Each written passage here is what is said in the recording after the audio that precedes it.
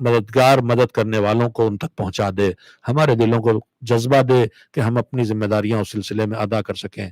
مالک ہم سب تیرے محتاج ہیں، ہماری حاجتوں کو پورا فرما، ہماری دعاؤں کو قبول فرما۔ ہمارے زمانے کے امام کے عصر غیبت میں ہمارے فقہا و مراجع کرام، بالخصوص رہبر انقلاب اسلامی اور آیت اللہ العظمیٰ سیستانی جو وقار تشیع ہیں، جو محافظ تشیع ہیں، ان کی حفاظت فرما۔ زمانے کے مولا کو ہم سے راضی و خوشنود فرما، بعد ظہور ان کی خدمت میں جانے کے لائق بنا دے۔ ایک بار سورہ حمد اور توحید کی تلاوت کر کے تمام مرحومین کی روح کو ہدیہ کر دیں۔ آج خصوصیت سے وہ منتظر ہوتے ہیں۔ بسم اللہ الرحمن